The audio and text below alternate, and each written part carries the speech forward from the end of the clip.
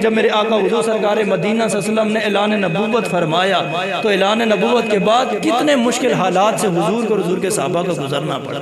یہ سارا میں تفصیل کے ساتھ 2 جمعۃ المبارک کی نشست کے اندر بیان کر چکا ہوں کہ کتنے مشکل حالات تھے ابتدا اسلام کے اندر حضور کے لیے اور حضور کے خاندان والوں کے لیے یا حضور کے صحابہ کے لیے. یعنی مشرکین کی طرف سے کفار کی طرف سے کوئی ایسا حربہ نہیں تھا جو انہوں نے استعمال نہیں کیا ہو. ہر حربہ استعمال کیا ہے کہ حضور اپنے مشن کو چھوڑیں, حضور تاریخ کو چھوڑیں. کبھی جناب ابو طالب کے پاس جا رکھے گئے, کبھی ڈائریکٹ حضور کے ساتھ مذاکرات ہو رکھے گئے کہ حضور اپنی تحریک کو اپنے مشن کو چھوڑ دیں, اپنے دین کا پرچار چھوڑ دیں. ہر حربہ استعمال کیا ہے, لیکن جب مشرکین ہر حربے میں ناکام ہوئے بالآخر ایک دن سارے کافر جمع ہو گئے اور مختلف قبائل کے انہوں نے بندے بلائے. ہر قبیلے کے 1-2 بندے انہوں نے بلائے. بہت بڑا جرگہ, گرینڈ جرگہ لگا, بہت بڑی میٹنگ سجائی. انہوں نے کہا آج 1 to 1 کرتے ہیں, آج کوئی نہ کوئی فیصلہ ضرور کریں گے, اس تاریخ کو, اس دین کو, اس اسلام کو سرے سے ختم کریں گے. تو بالآخر سارے کافر سر جوڑ کے بیٹھے, بہت بڑی میٹنگ اور بہت بڑا جرگہ لگ گیا. مختلف تجاویز پیش کی گئی, مختلف آرائیں پیش کی گئی. کسی نے کہا کہ محمد کو اگر روکنا ہے, ان کے دین کو روکنا ہے, ان کے مشن اور تاریخ کو روکنا ہے تو ایک ہی حل ہے کہ ان کو اٹھا کے جیل کی سلاخوں کے اندر بند کر دو, جیل کی سلاخوں کے اندر پیچھے ڈال دو, ان کو قید کر دو. جب یہ قید ہو جائیں گے سارا سلسلہ رک جائے گا. اب کسی نے یہ مشورہ دیا کہ ان کو اٹھا کے جیل کے اندر ڈال دیتے ہیں, قید کر دیتے ہیں. مگر دوسری طرف سے کچھ لوگوں نے کہا نہیں جی ایسا نہیں ہو سکتا, اگر قید کریں گے تو ظاہر ہے ان کے بھی فالوور ہیں, ان کے بھی ماننے والے ہیں, کچھ لوگ ان کے بھی تو کلمہ پڑھنے والے ہیں. تو جب ہم ان کو جیل کے اندر ڈالیں گے وہ لوگ سارے مل کر ہمارے اوپر حملہ آور ہوں گے, یا رات کی تاریکی میں ان کو آزاد کروا کے کہیں لے جائیں گے. یہ ہماری ترکیب ٹھیک نہیں ہے. کسی نے کہا پھر اگر اس سلسلے کو روکنا ہے تو ایسا کرو کہ محمد کو ملک بدر کر دو, ملک سے نکال دو.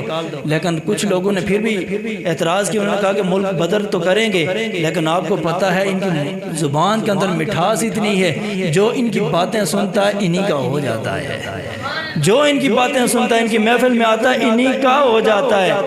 تو یہ جب جائیں گے کسی اور ملک میں تو وہاں بھی تو اپنا یہ مشن جاری و ساری رکھیں گے, تاریخ جاری و ساری رہے گی. تو دوسرے ملک والے انہی کے کلمہ پڑھ کے انہی کے غلام بن جائیں گے. اور پھر ایسا بھی ہو سکتا ہے کہ یعنی ہمارے اس مکے سے آؤٹ جو 3 کنٹریاں ہیں ان کے اندر یہ ورک کریں اور کل ان کی تعداد مکے والوں سے بھی زیادہ ہو جائے, اور کل یہ جب کثیر تعداد میں ہوں, جب ان کے پاس پاور بن جائے تو ایسا بھی ہو سکتا ہے وہ سارے مل کر ہمارے اوپر حملہ آور ہوں, تو ہمارا اس میں بھی نقصان ہے. لہٰذا یہ بھی تجویز مشورہ ٹھیک نہیں ہے. اب انہی لوگوں کے اندر ابو جہل بھی تھا, جب اس نے مختلف تجاویز سنی لیکن دیکھا کسی کے اوپر حتمی فیصلہ نہیں ہو رہا, ابو جہل کھڑا ہو گیا. اس نے کہا کہ اگر اس معاملے کو سرے سے ختم کرنا تو ایک ہی میرے پاس تجویز ہے. وہ تجویز یہ ہے کہ اگر سرے سے اس دین اور اسلام کو ختم کرنا ہے تو جو ان کا قائد ہے, جو ان کا بانی ہے, جو ان کا نبی ہے, اس کو قتل کرنا پڑے گا, ان کو قتل کرنا پڑے گا, ورنہ اور کوئی حال ہی نہیں ہمارے پاس اس سلسلے کو روکنے کا. انہوں نے کہا یہ کیسے ہوگا, ظاہر ہے ان کے ساتھ ان کا پورا خاندان بنو ہاشم کھڑا ہے, قتل کریں گے تو بنو ہاشم ہمیں چھوڑیں گے. انہوں نے کہا نہیں, ہم ایسے نہیں قتل کریں گے, کوئی فرد واحد نہیں کرے گا, بلکہ ایسا کریں گے پوری پلاننگ کے تحت محمد کو قتل کریں گے.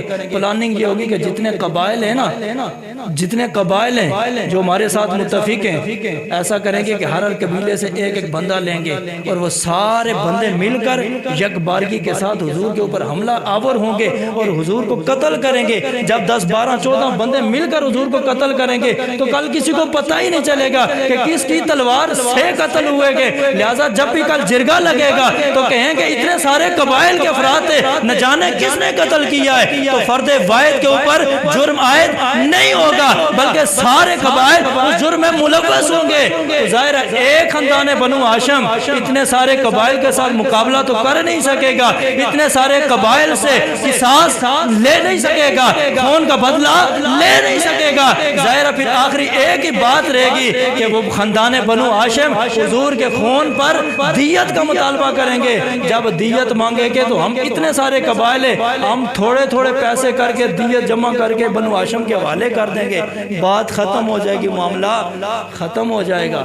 سب نے کہا بھائی یہ مشورہ ٹھیک ہے, یہ بالکل ٹھیک ہے, سارے اس کے اوپر ایگری ہو گئے, متفق ہو گئے. اب ادھر کفار اپنی مکر کر رہے تھے, اپنی چالیں کر رہے تھے, اپنا ایک منصوبہ بنا رہے تھے, ادھر رب العالمین اپنی تدبیریں فرما رہا تھا. اور رب العالمین نے قرآن بیان نازل فرمایا. رب العالمین جل شانہ نے قرآن مجید قرآن رشید کے اندر اسی چیز کو بیان فرمایا ہے. رب العالمین فرماتا ہے وَإِذْ يَمْكُرُ بِكَ الَّذِينَ كَفَرُوا لِيُثْبِتُوكَ أَوْ يَقْتُلُوكَ أَوْ يُخْرِجُوكَ وَيَمْكُرُونَ وَيَمْكُرُ اللَّهُ وَاللَّهُ خَيْرُ الْمَاكِرِينَ. رب العالمین نے فرمایا سونیا وہ منظر یاد کرو جب کفار مکہ مل کے یہ منصوبہ بنا رہے تھے آپ کو قید کر دیں یا آپ کو مکہ سے نکال دیں یا آپ کو قتل کر دیں. فرمایا سونیا وہ اپنے منصوبے بنا رہے تھے ادھر رب العالمین اپنی تدبیریں فرما رہا تھا. ادھر وہ منصوبے بنا رہے تھے ادھر رب العالمین اپنی تدبیریں فرما رہا تھا. رب العالمین جل شانہ نے جب یہ معاملہ دیکھا رب العالمین نے فوراً جبرائیل امین کو بھیجا. جبرائیل امین پیغام خدا لے کر گئی خدا لے کر بارگاہ مصطفیٰ میں حاضر ہو گئے. آ کر حضور کی بارگاہ میں سلام بھی عرض کیا پیغام بھی دیا. فرمایا اے سونے آقا رب العالمین آپ کو حکم دیتا ہے آپ مکہ چھوڑ کے مدینے کی جانب ہجرت فرما لیں. آپ مکہ چھوڑ کے مدینہ چلے جائیے. رب کا پیغام بھی آگیا اجازت بھی مل گئی. میرے آقا حضور سرکار مدینہ کے پاس جب پیغام آیا میرے آقا حضور چلے سیدھا صدیق اکبر رضی اللہ تعالیٰ عنہ کے گھر میں اور آقا حضور نے جا کر صدیق اکبر کو یہ پیغام سنایا کہ صدیق اب اجازت مل گئی ہے مکہ سے ہجرت کر کے مدینے جانے. حکم بھی مل گیا اور اجازت بھی مل گئی ہے. اور اس سے قبل حضور کے کئی صحابہ مکہ سے مدینے ہجرت فرما چکے تھے اور کئی صحابہ مکہ سے حبشہ ہجرت فرما چکے تھے اس سے قبل حضور کی ہجرت سے قبل. تو آقا حضور نے فرمایا صدیق مجھے بھی اجازت مل گئی ہے. اب صدیق اکبر کی محبت کا تقاضا دیکھیں. صدیق اکبر نے جب حضور کا یہ جملہ سنا کہ اجازت مل گئی اور حکم بھی مل گیا ہے مکہ سے ہجرت کر کے مکہ چھوڑ کے مدینے جانا ہے. صدیق عرض کرتے یا رسول اللہ کیا اس سفر میں بھی رفیق سفر بن سکوں گا کہ نہیں بن سکوں گا؟ یا رسول اللہ کیا مجھے بھی آپ کے ساتھ سفر کرنے کی سعادت نصیب ہوگی کہ نہیں؟ اور اس کی وجہ یہ ہے کہ صدیق اکبر رضی اللہ تعالیٰ خود فرماتے ہیں مجھے 3 چیزیں بڑی پسند ہیں. پہلی چیز یہ ہے کہ ہر وقت حضور کے چہرے کا دیدار کرتے رہنا. دوسری چیز یہ ہے کہ ہر وقت حضور کے قدموں پہ حضور کے نام پہ اپنا مال قربان کرتے رہنا. اور تیسری چیز ہر وقت حضور کی بارگاہ میں حاضر رہنا مجھے بڑا ہی پسند ہے. آپ فرماتے ہیں یہ 3 چیزیں مجھے بڑی پسند ہیں. یعنی صدیق اکبر کے دل میں ہمیشہ یہ خواہش ہوتی تھی میں ہر وقت حضور کی بارگاہ میں رہوں ہر وقت حضور کے چہرے پر دعا کو دیکھتا رہوں ہر وقت اپنا مال حضور کے قدموں پہ نچھاور کرتا رہوں. تو جناب صدیق اکبر نے جب دیکھا کہ حضور کو اجازت مل گئی ہے فوراً پہلا ہی سوال کیا یا رسول اللہ کیا میں بھی رفیق سفر بن سکوں گا کہ نہیں؟ مجھے بھی سعادت ملے گی کہ نہیں؟ اللہ اکبر. میرے آقا حضور نے مجھے جہاں فضا سنایا. میرے آقا نے فرمایا صدیق تو میرا رفیق سفر ہوگا تو میرے ساتھ ہی مدینے جائے گا. اللہ اکبر. جس وقت میرے آقا حضور نے فرمایا کہ صدیق تو میرے ساتھ جائے گا. سید عائشہ روایت کرتی ہیں فرماتی ہیں صدیق اکبر نے جب یہ حضور کا جواب سنا صدیق اکبر اتنا خوش ہوئے کہ صدیق اکبر کی آنکھوں سے خوشی کے آنسو جاری و ساری ہو. ویسے تو غم میں یا دکھ میں آنسو جاری ہوتے ہیں لیکن کبھی کبھی خوشی اتنی ہو جاتی ہے بندے کو خوشی میں آنسو نکل پڑتے ہیں. سید عائشہ فرماتی ہیں پہلی مرتبہ میں نے کسی بندے کو دیکھا ہے کہ وہ خوشی کے اندر آنسو بہا رہا تھا.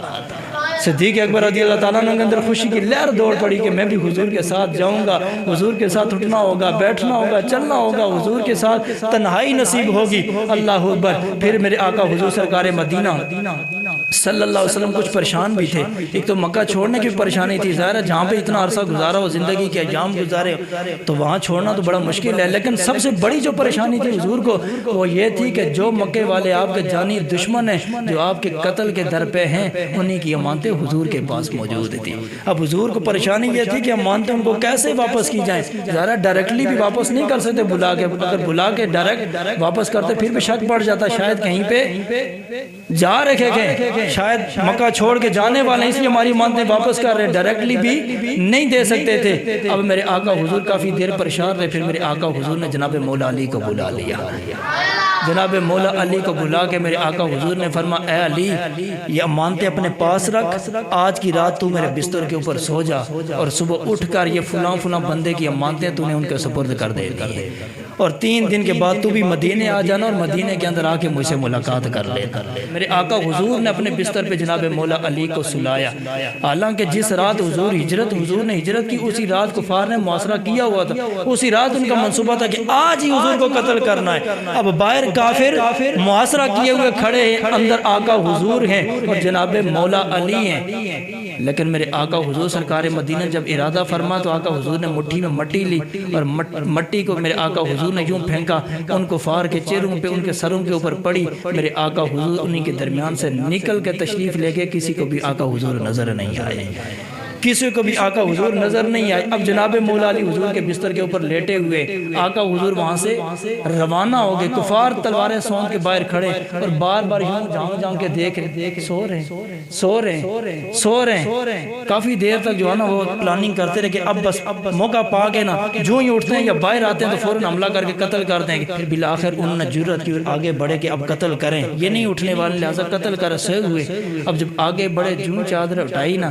کیا دیکھتے ہیں آج مصطفیٰ نے مصطفیٰ کے بستر پہ علی سو رہے ہیں، آج مصطفیٰ کے بستر پہ علی سو رہے ہیں۔ کفار نے دیکھا اور جناب مولا علی سو رہے ہیں، وہ وہاں سے روانہ ہو گئے۔ صبح جناب مولا علی اٹھے اور مکے کے اندر جا کر اعلان کیا، فرما مکے والو جس چیز کی امانتیں آؤ علی سے اپنی اپنی امانتیں وصول کر لو، اپنی اپنی امانتیں۔ ویسے کافی لمبا واقعہ ہے لیکن چونکہ وقت ہو گیا، بس میں اسی پر 1-2 جملے عرض کر کے بات کو اختتام کی طرف لے کر جا رہا ہوں۔ میرے آقا حضور سرکار مدینہ اگر چاہتے تو ان کی امانتیں ساتھ بھی تو لے جا سکتے تھے، لیکن میرے آقا حضور سرکار مدینہ چونکہ کسی ایک پارٹی کے لیڈر نہیں تھے، کسی ایک ملک کے لیڈر نہیں تھے، میرے آقا حضور ساری کائنات کے لیڈر تھے اور نبیوں کے تاجدار اور سردار تھے۔ میرے آقا حضور نے پوری امت کو صبح قیامت تک آنے والوں کو پیغام اور میسج دینا تھا۔ اگر میرے آقا حضور کسی کا 1 روپیہ بھی لے کر جاتے تو کل دنیا کہتی کہ حضور فلاں کا 1 روپیہ فلاں کے پیسے لے کر مکے سے مدینہ روانہ ہو گئے تھے۔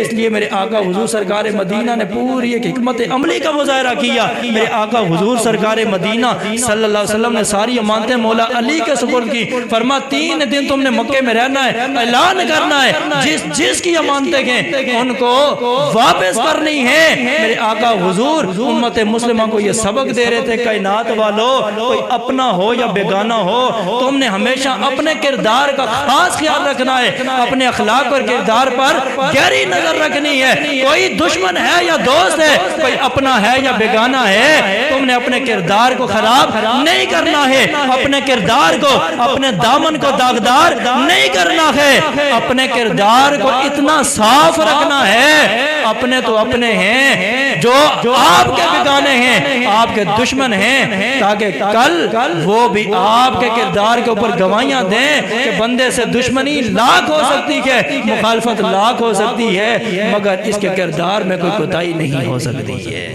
اس کے کردار میں کوئی کمی نہیں ہو سکتی ہے، تاکہ دشمن بھی آپ کے کردار کی گواہیاں دیں۔ اور اس سے بڑی گواہی کیا ہو سکتی ہے کہ حضور کے قتل کے ارادے سے آئے ہیں لیکن انہی لوگوں کی امانتیں حضور کے پاس ہیں۔